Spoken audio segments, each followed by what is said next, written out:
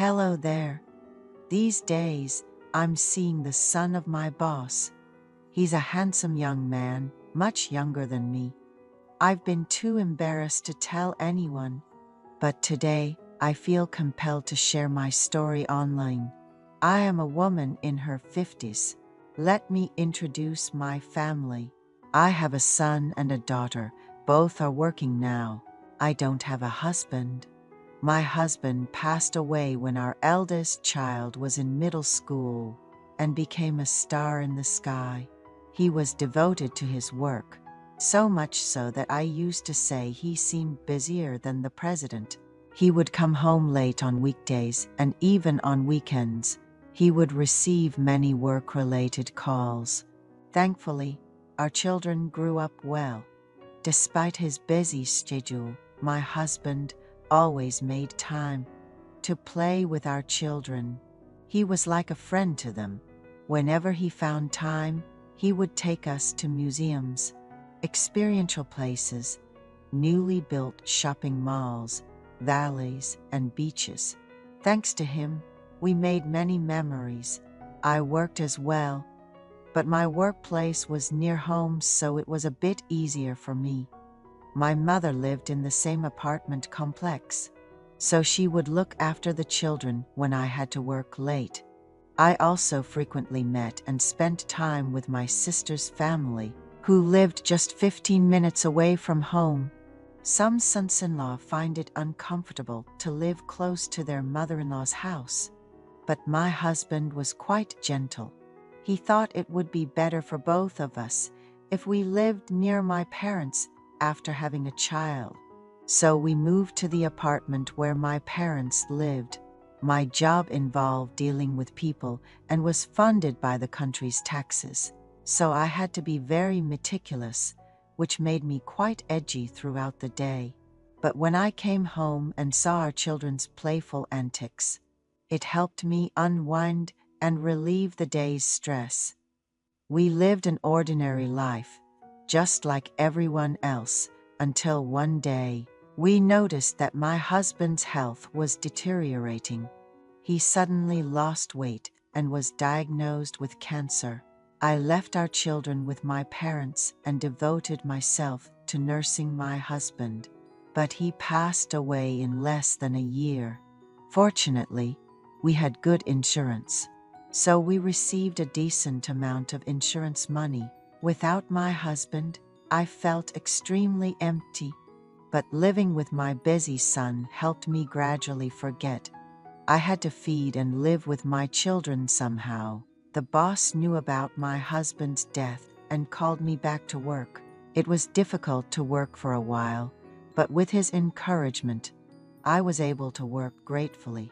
Before going to bed, I started reading posts on a local online cave and found that there were quite a few people who had gone through painful experiences like me.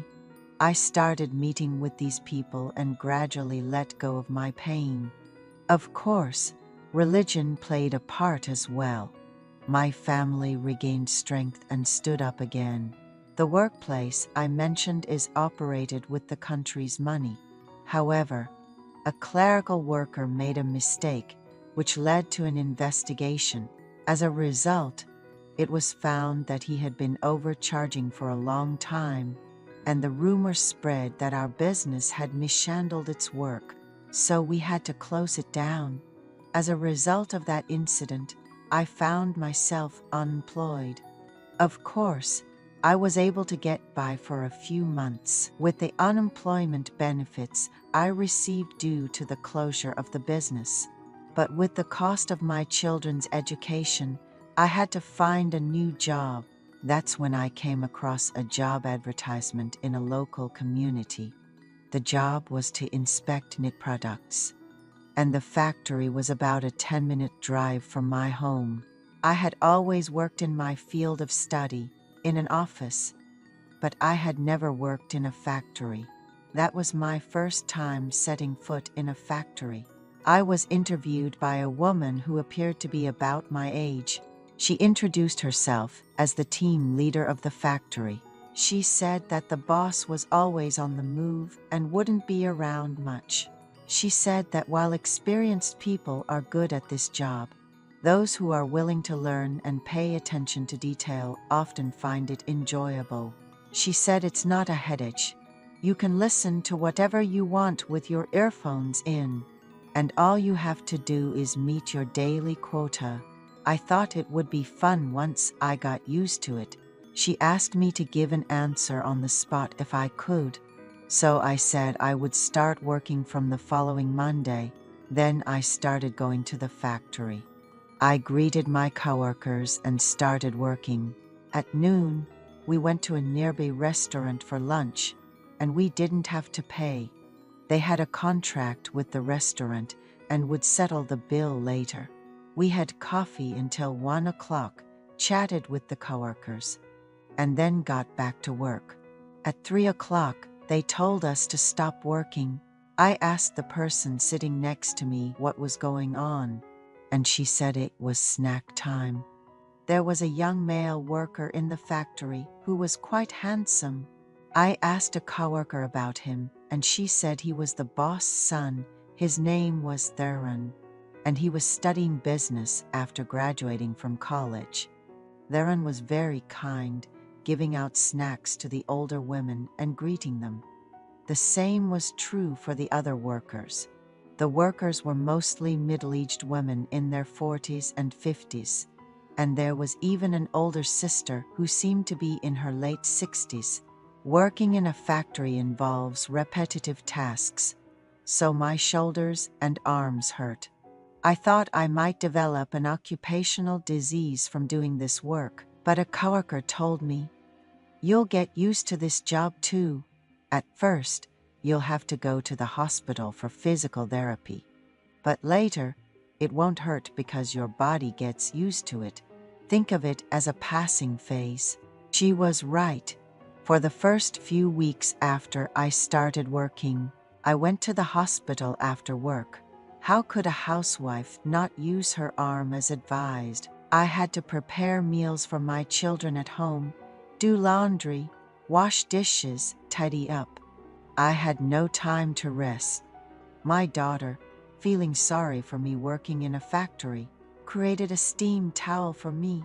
She soaked a washcloth in water, put it in a plastic bag, and microwaved it for a minute. Keeping it on the sore parts helped relax the tense muscles.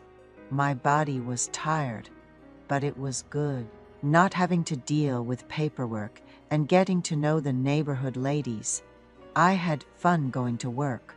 To introduce myself, I've been complimented for my looks since I was young, which is a bit embarrassing to admit.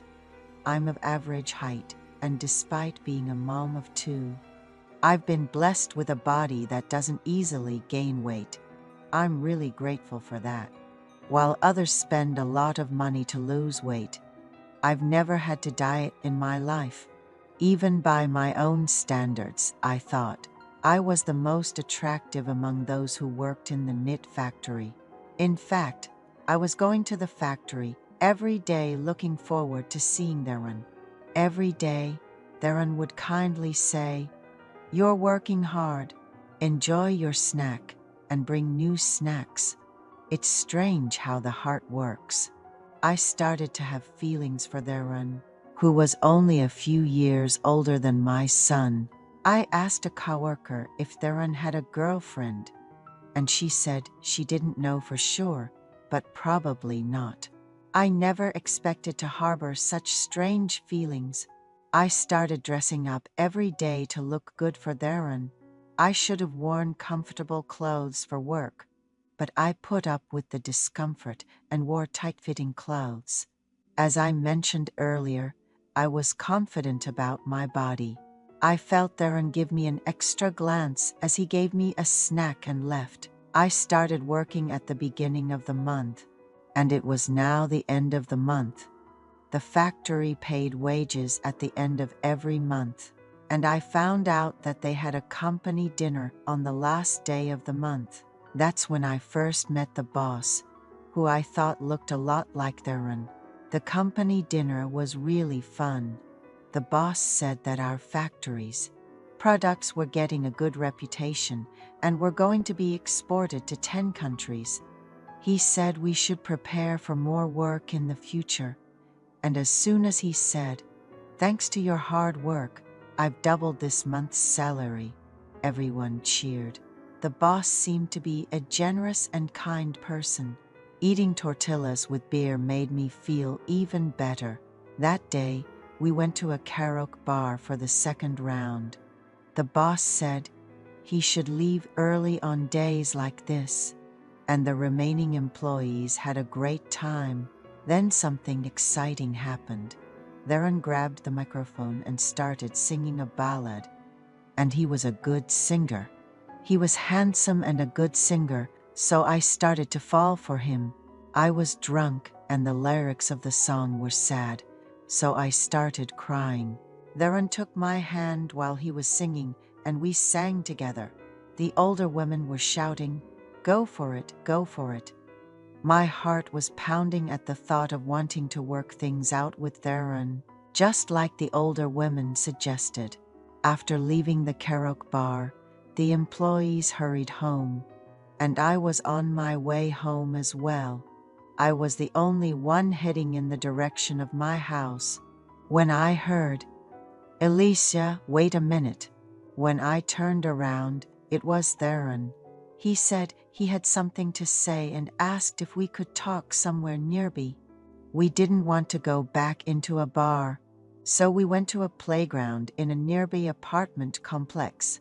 Theron asked if I was okay now. I had been crying earlier. I told him I had a moment of sorrow thinking about my late husband. Theron said he didn't know I had such pain and held my hand. His hand was warm. That's when I realized that age doesn't matter in love. I was attracted to Theron, and when Theron held my hand first, I felt like I was flying. Theron said he had something to tell me, but he wanted to do it after he was sober. That night, I couldn't sleep a wink. It wasn't because Theron was the boss's son. I felt him as a man because of his caring and kind impression, and I wanted to meet him if I had the chance.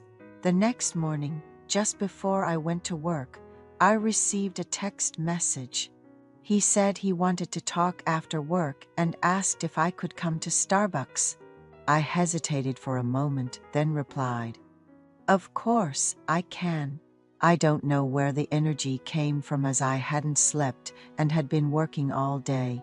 I worked lightly and met Theron. Theron said he wanted to meet with me. From that day on, we exchanged looks without the employees knowing. The number of dates increased, and we had a good time at night. Theron even said this one day. He said there's an empty room inside the factory office. It's a space to rest when tired from work. But the employees don't know about that room. After all the older women leave work, we can rest together in that room.